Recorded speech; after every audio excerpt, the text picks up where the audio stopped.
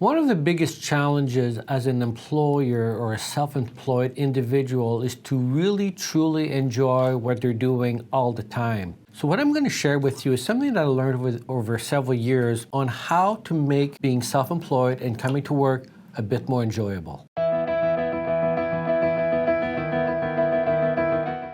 My name is Talbot, and I've been in practice now for 30 years. I started from the basement all alone and grew the practice to its current size of about 70 employees at 7 different locations. So this channel will talk about things that I've learned over the years to have a better practice, a better business, and a better life. If you're new, consider subscribing. The secret that I'm speaking of will seem a little bit strange, and you may say, well, that's not a secret at all. And I suspect that some of you may not agree with what I'm saying, but I am convinced that there's a tremendous amount of truth to what I'm about to say.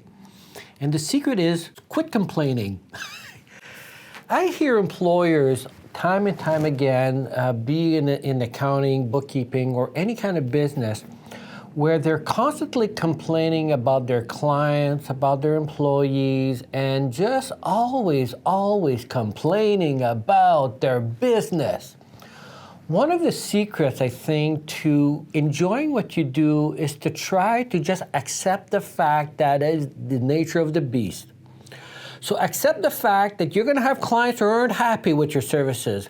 Accept the fact that you can't please everybody. So you've got to learn how to deal with the complaints. So one of the things that I recommend that everybody does is, first of all, take a look as to whether it's a worthwhile complaint and whether it's something that you should really be addressing, because there's a lot of the complaints that really are not worth addressing. The next thing I would look at, is there anything I can do about it? And if it's one of those complaints, there's nothing I can do about it, then quit thinking about it. I know it's hard, it's easier said than done, but it's something that you got to practice to get out of your mind. And you may want to learn how to vent about it, but do not continue harping on it. And the third thing is quit talking about it. So you got to accept the fact that you're going to have, like I said, clients who aren't happy, who are complaining, who are difficult, who are all of those things. That is what being in business is you're going to have those people who are difficult to work with. And the reason I say that you should stop complaining about it is because I think whenever you talk about it, it puts it front and center of your mind, and your mind will tend to go where you're talking about.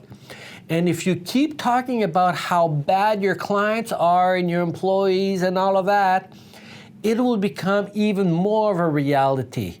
And the less you can talk about it and harp on it and think about it, the less it's going to invade your mind.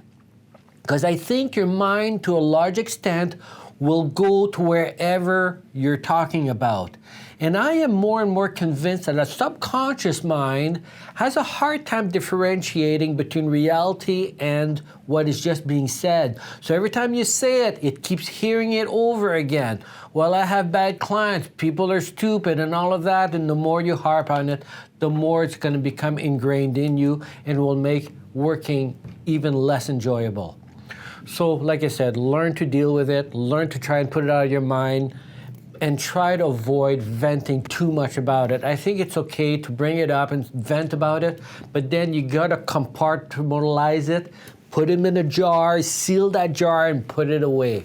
And try to avoid keep bringing it up all the time.